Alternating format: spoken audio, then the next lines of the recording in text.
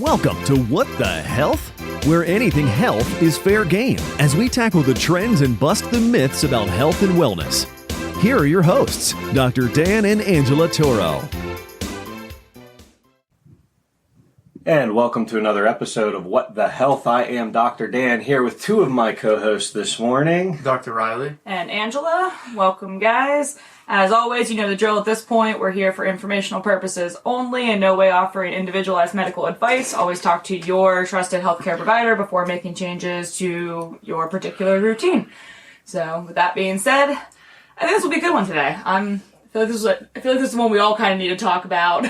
Yeah, after some recent. Yeah, we've had a couple recent incidences with patients who I think just kind of a misunderstanding of, maybe where they were at in care or where they were starting at. And so we have this wonderful poster on the road. We're going to talk about the road to recovery, this wonderful poster on the wall in our exam room. And it literally is titled The Road to Recovery. And it's got a nice path of, starting down in like the acute crisis, the suffering, a lot of symptoms, and then it moves up towards, an optimization and enhancing a wellness phase. But then part of the problem, that we see a lot of times is where patients will, they'll come in with a specific issue and then, and then they'll, maybe recover just a little bit, get out of like crisis mode, feel a little bit better, but then they just stop care. Whether it's because, a third party insurer did not, reimburse, or, just because like that's what, they just wanted to get out of pain. And so, in any event, they just made the decision that it was time to stop. And so then they start this yo-yo, right? Where it's like they get a little bit better, feel a little bit better, but then they'll stop. And then maybe, a month or two goes by, they feel okay. Then a couple months down the road, it's like things start flaring back up. And so then they start this yo-yo pattern without ever truly strengthening and stabilizing their health and well-being. So I think that's the discussion that we really want to get to at the heart of today is, these phases of care that and again, it's all blended together, right? It's all one journey, but these kind of like categories of care that we use in the office to kind of help someone, understand where they're at and where maybe, help us understand where they'd like to get to, and ultimately us providing the tools and resources to help them get there. Yeah, so. And I think on the other side of, the people that might start feeling a little bit better then stop, you get the people that maybe don't feel like, in quotes, it's working because they're not magically feeling better after one or two adjustments. Yeah. And so it's or even 4 or 5. Exactly. 6 to 8 adjustments. Yeah. So it's getting, and again, and those are, and it seems to be both of those people tend to have a disconnect between what they're perceiving as where they are versus where they physically actually are. Yeah. And so that's, the people that are like, well, why don't I feel better right away? Well, they probably have some really intense things going on that are going to take a longer time to correct, even if they don't feel that bad. So there just seems to be that disconnect as well, where people aren't understanding that it's not just an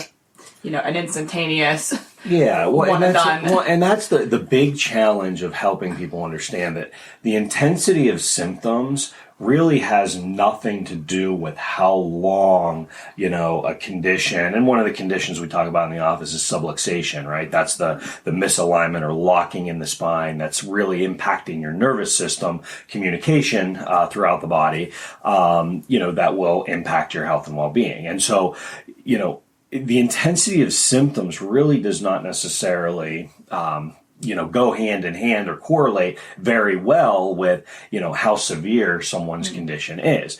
One of the great example, and I think we talk about this a lot in the office, is you can be the healthiest person in the world, stub your toe on the bed or touch a hot stove, and you're going to be in an intense amount of pain.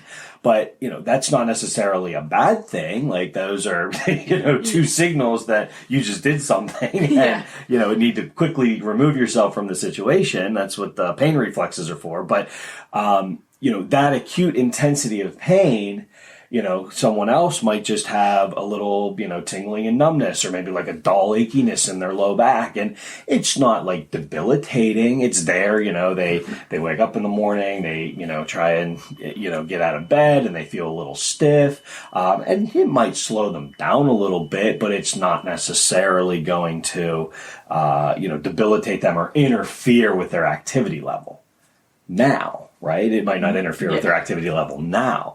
And I think that's where we strive to make the connection of what could happen if you don't do anything about it right now. Like, right, those little signs, those little check-ins of like, hey, maybe you're just having some minimal muscle stiffness. Maybe you're just having a headache, flare up once a week. Maybe you're, you're having some indigestion or, some reflux, and, maybe you are starting to take some medication. Angela, you just had that, individual you were working with who was popping medication like crazy before her workouts just to get through her workouts, right?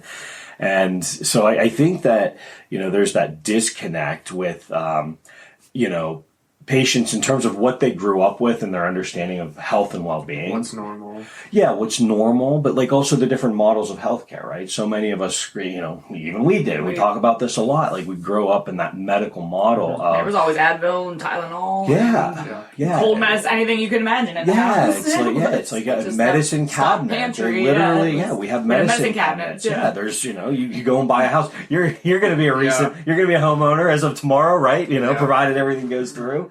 So it's like I could almost guarantee if I go to that house you're buying, like there's probably a built-in medicine cabinet. Bathroom behind the windows. Yeah, absolutely. It's got a little magnetic mirror, and you open it up, and it's got the built-in medicine cabinet, and it's perfect size for pill bottles to line them up. So, we're in this model. Unfortunately, we're in this model of like, well, hey, if I have this symptom, I'm going to take this medication, and the model has done a great job helping people understand, well, like if the pain or the ache or the symptom goes away, that's the goal. That's the goal, and I'm better, yes, right? Rather than we know the reality of the situation is you're just you're just covering the fire the fire alarm, right? The smoke detector that's actively going off. You just covered that smoke detector, and to hush the alarm.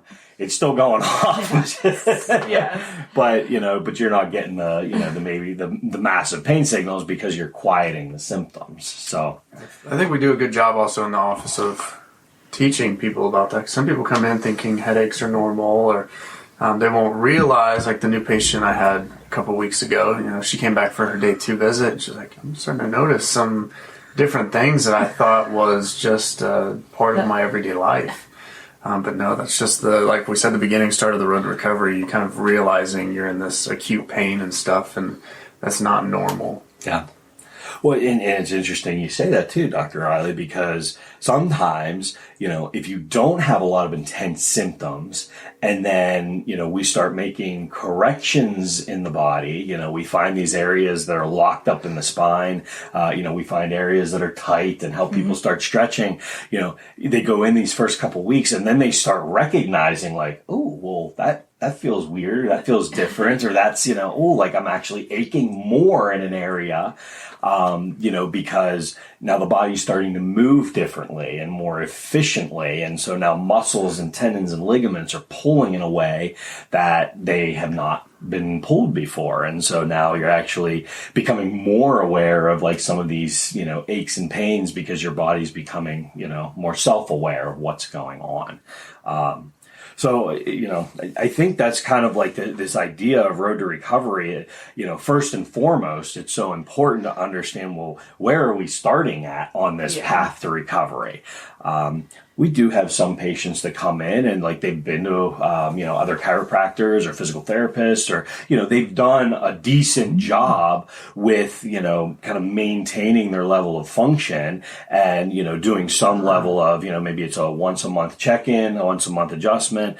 And so they come in and they're not in crisis mode. They're not in this Q mode, but they've really never like fully gotten out of, like, they're constantly in this like stabilization mode. Like, they're kind of stuck in the three phases that we really look at in the office are your acute crisis. That's when, you can have any number of symptoms. Maybe they're a little more intense, maybe they're not so intense, but you've got this, acute crisis going on, and you hopefully want to help fix that.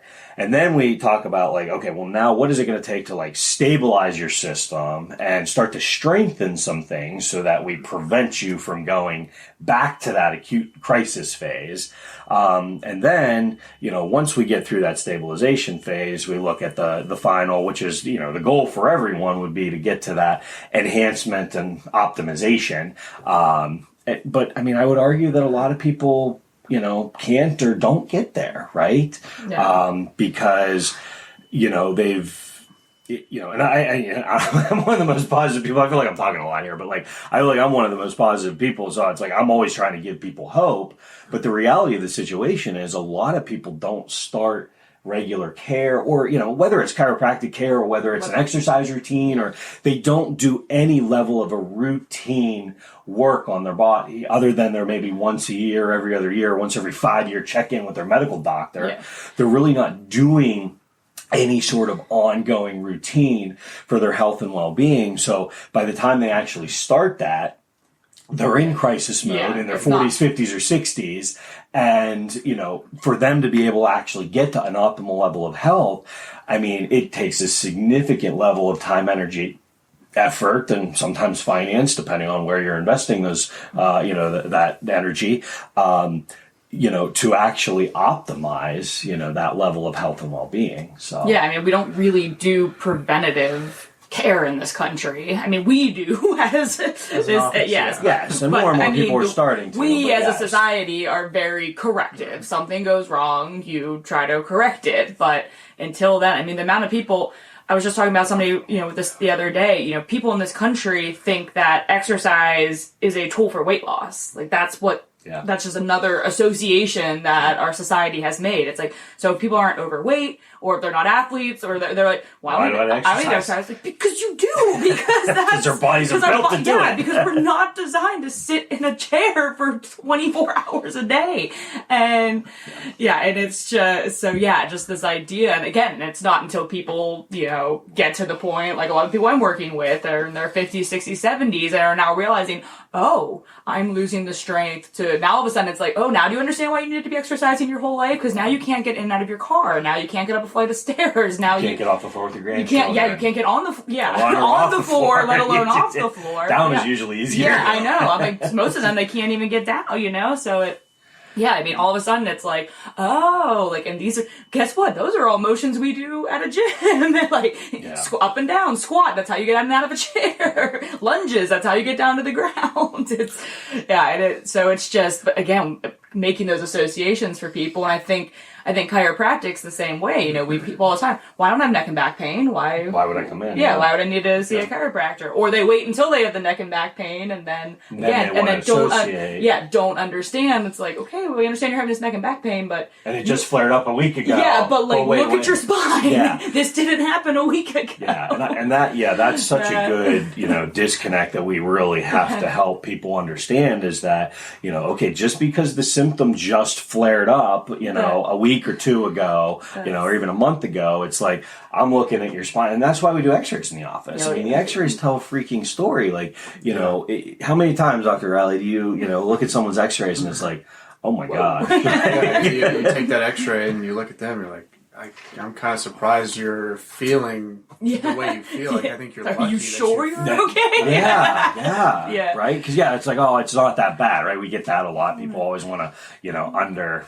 Yeah, they'll, the stages in the video, they'll be like, I think I maybe, or phase 1, phase 2. And I'm like, I think you're a lot worse than what you really believe to be. Yeah, but they feel okay, right? They feel, again, that's where the intensity of symptoms. It's like they might feel okay. It's like, again, other than a little bit of stiffness and soreness, they're like, all right, well, I feel fine. Mm-hmm. It's like, yeah, but you can't get down on the ground and get back up. You can't drive to the grocery store and get out of your car without, aching, so it's stuff like that. Or even things like people don't realize, their energy levels and things like that, okay, Sleep, you feel fine, but like what's fine? I mean, you sit at a computer all day and then you sit, would you like to have the energy have you even had the thought of like, maybe I should go for a walk, maybe I should, move around a little bit, maybe I should, go do something. It's like I feel like we've just set the bar so low on what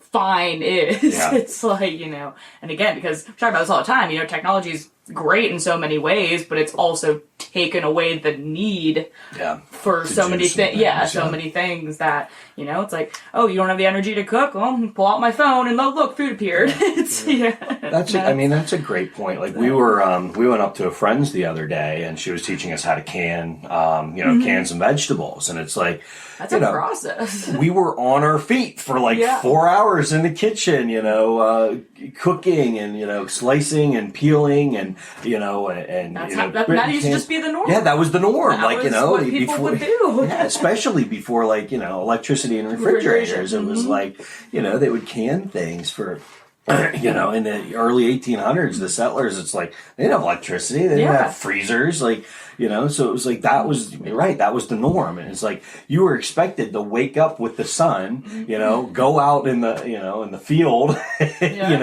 go pick or pull or do something, go to school. Again, if you were a kid. All the basic motions: push, pull, bend and twist. It's like these are the functional movements that I work with people all the time, and it's like that's why they're the functional movements, because they're the ones that we literally need to survive. Well, used to need to survive. Now it's, can you roll from one thing to another? And thumbs work. Yeah, it literally, no, because now you can order things with your mouth. It's crazy. I could literally ask Alexa to bring me something and she would. Right? I mean, it's just... Well, there was a comedian a while back. It was, was it Jim Gaffigan or... No. But it was like, it was getting to the point of ordering food. And he's like, and can you feed it? And can you come in the door and bring me the food and spoon feed me so I don't have to get out of my chair. I think about that. It's like, that's basically where we're at. So again, I get it.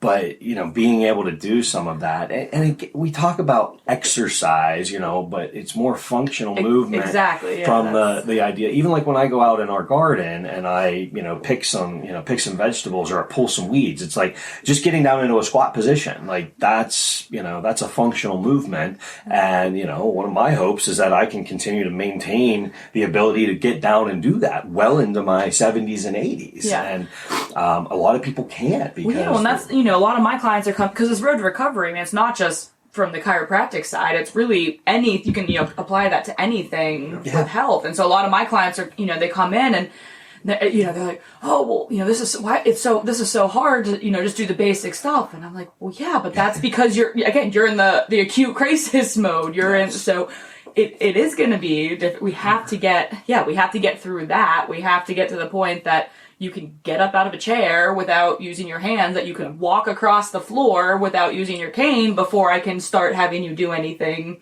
more than that. And it's the progression's great. I mean, I've gotten a lot of these people from that acute crisis to the actual strengthening, where I have them doing, people that at the beginning everything was against a wall, or I was literally standing right there because I was worried they were going to fall, just doing the most basic stuff, to things where I'm like, okay, we're actually going to start having you stand on one foot. I'm still right there, but I had Diana using the TRX strap, just holding them and just lifting and extending the leg. And when I showed her, she's like, you want me to do what? And I'm like, it's like, you can do this. That. And and just doing that a couple of times, it's amazing to see that, you have to get through that mental block and then the physical block. But it's, people want to go right to that, join a gym and they want to be right to that opposite. Like, well, why don't I look like the trainer? Well, because the trainer's been doing this every day. For That's 30 years. Yeah. Oh, even your son, when he was doing the teen group,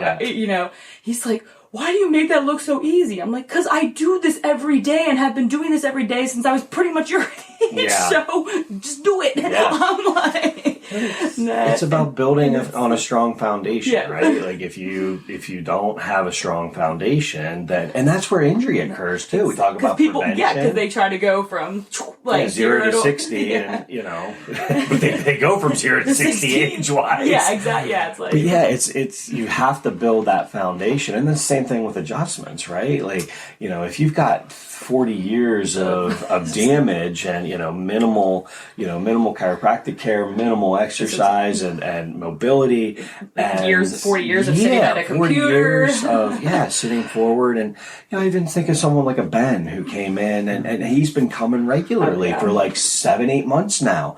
And one of the big things, and he's a very tall man, but when he came in, like he was slouched, like significantly, probably like 3 or 4 inches short of what his full height is, because he was just slouched so far forward because, he does a job where he's, up and down manual labor and, and he just like at the end of the day, like couldn't stand straight because his back was seized up so much. But, going through, regular adjusting, weekly for, 7-8 months now, like we've really been able to see like, dude, you're so much taller. Yeah. And he's even had friends tell him like how much taller, my goodness, am I getting shorter? Are you getting taller? Like, what are you doing? But it's that unwinding of the stress and just building that strong foundation. It takes time and repetition. And if you don't have a strong foundation, it's a lot more, frequency, in terms of the adjusting, the exercise, and, so laying that foundation is so incredibly important, even if you don't have a lot of intensity of symptoms, but a lot of people, like you said, Dr. Riley, it's, they don't even realize they don't even realize like where they are on this path to optimal health. Like they think like, oh well, I feel okay, so I'm like middle of the road. But like we're looking at them like, you can barely get in and out of your chair. Like it's and I feel like that's in terms of the road to recovery like timeline. I almost feel like the acute pain, crisis patients are almost easier to work with because you can get that fixed so quickly. Yeah. I think when the people come in at that, decision of like, all right, I'm feeling decent, but we're showing them, hey, x-rays are bad, thermal scans are bad, functional movements are bad. It's that decision. It's like, all right, you can take it to the next level, but it's really, that's where the education is so important for them, because that I think is the most critical, but also hardest to get them to commit to. Yeah. It is. It's tough because again, it's like it's a level of understanding, and it's breaking that old mold of like, well, I'm not in pain, so why do I need to do this? And it's like we're trying to be the the contractors or the home inspectors, showing them where their foundation, their chimney, their whole house is crumbling around them, holes and leaks in the roof, that, but it's not raining, so the roof isn't leaking. But that's it, right? But isn't that that's the whole thing with the body. It's like the rain is an added stress to the house. It's like, if the roof has holes in it, no big deal if it's not raining. But then it's like, boom, you get a pouring down rain, and now all this water is pouring into your house, and it's like, well, now, so that's the stress in life, right? So if you are, you might be quote unquote okay, I'm not in a lot of pain, discomfort, but if you add a layer of stress, maybe it's mental, emotional,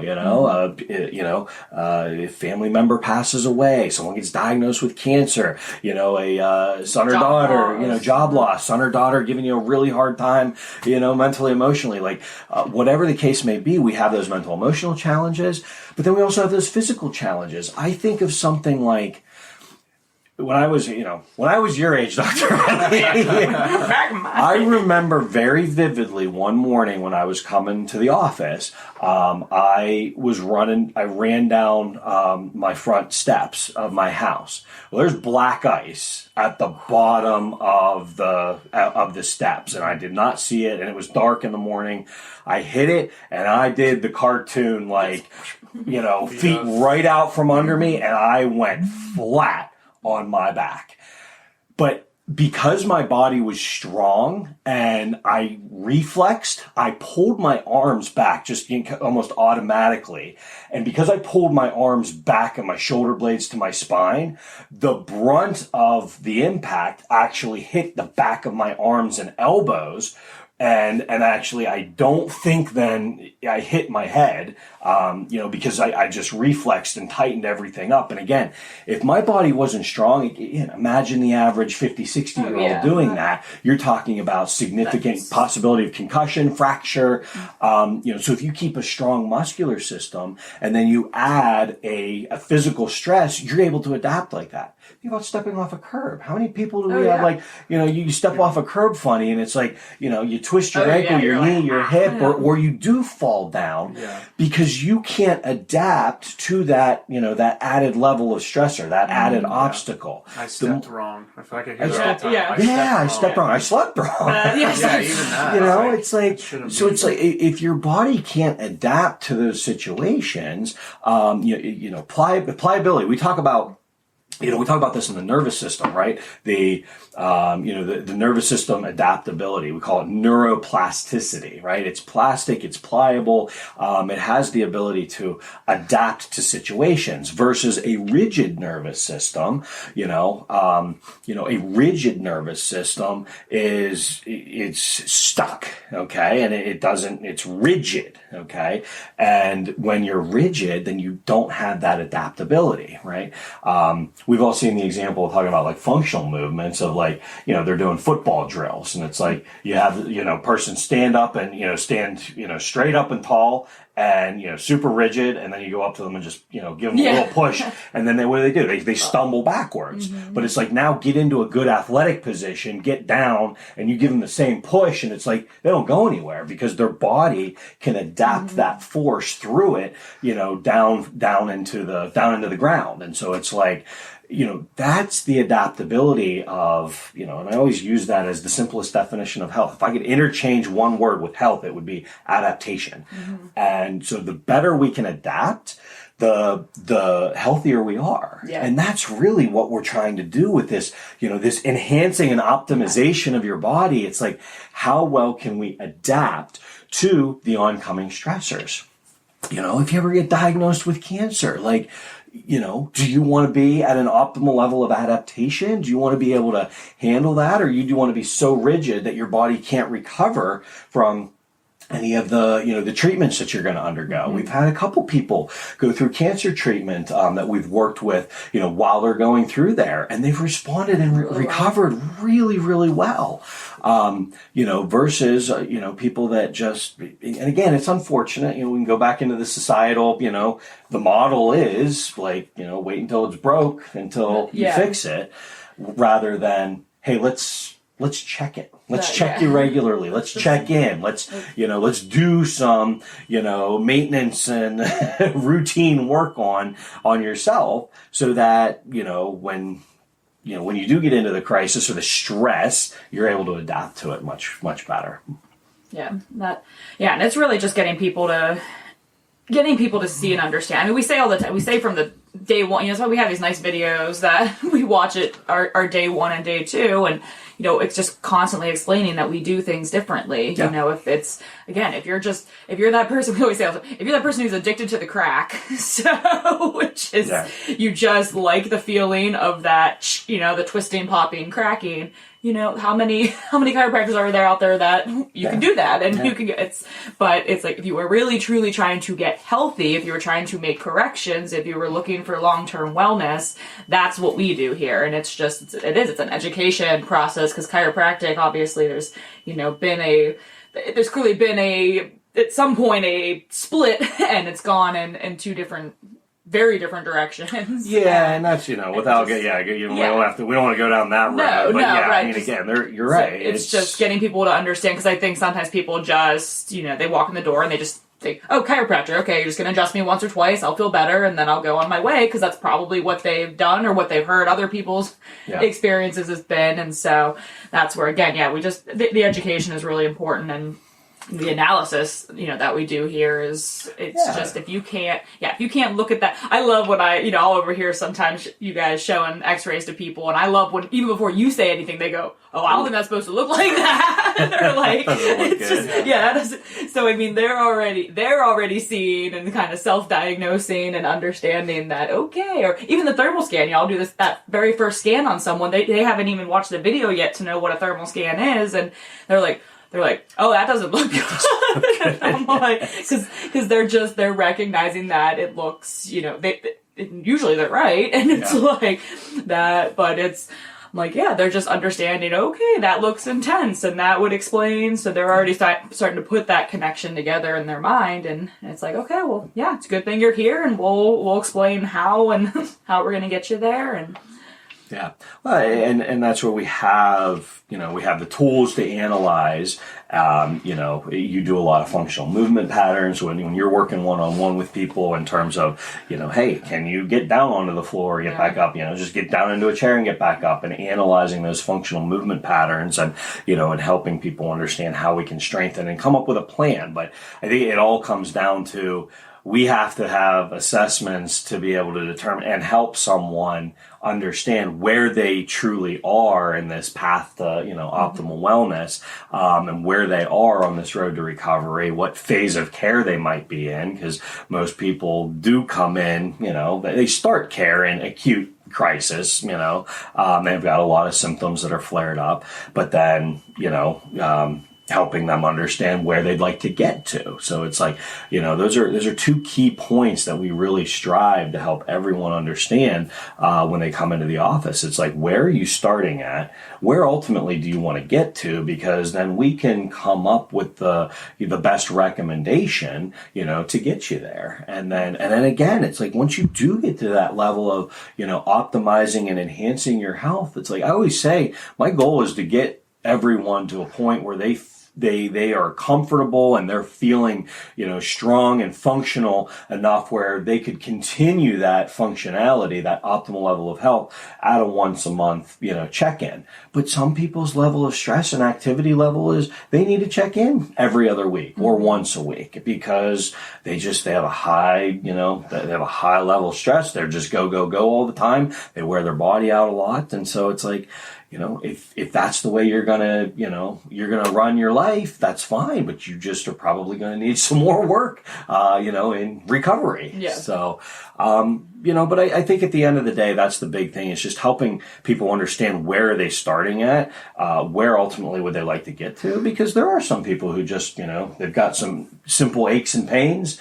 and they just want to feel a little bit better. And hey, a couple of adjustments could make a big difference with that, so going over an exercise, regimen that they could do on their own at home for, you show them in 20, 30 minutes, hey, these are what you should do on a daily basis to build a good foundation. And it's like, we give them those adjustments, give them that plan. And it's like, all right, well, check back in with us when you feel you might be backsliding a little bit or maybe ready to take it to the next level. So it's really just about getting to, the understanding of where people are and where they'd like to get to. But we also don't lie to people, if we think when our recommendations and we want to try and take someone to a certain level, but they're thinking like, oh, it's going to be way less time or way less, it's like, well, I don't think we can help you or get you there. Because if I think that, hey, you've had, 5 to 6 decades of damage, in your spine, and I'm seeing that on your x-ray, and you've got some of these chronic things going on in your nervous system, and you think you're gonna, feel better in, a couple visits or even after a month of care. It's like, our understanding of where we're at is completely opposite. And at the end of the day, if we decide like not to work together, that's okay too. Like, we're some of the least pushy people when it comes to, plans and helping, and we're just trying to help people to get to where they want to, but there's also a reality in terms of, there's going to be a certain level of care and commitment, if you want to reach a certain level. So if any of that resonated with you, or if you, if you want to get evaluated, or someone, or if you're a current patient and someone that, might want to take advantage or just kind of figure out where they are in their health journey, and, how our office, or other, health routines might be able to make a better fit. We would love to answer any questions that you have. You can always reach out through our website, Turo, Turo, familychiropractic.com. Reach out to us by email. And I think, I don't know if we have the licensure to be able to take a picture and put that up. So come see us in the office. Come check out the Road to Recovery map in the office, and we can discuss that more. So we don't want to do any copyright infringements by putting that image out there. But I'm Dr. Dan, Dr. Riley, Angela, and we'll see you at the next one. Thanks for stopping by. You've been listening to What the Health with Dr. Dan and Angela Toro, brought to you by Toro Family Chiropractic. To learn more about the resources mentioned on today's show or listen to past episodes, visit www.whatthehealth.world.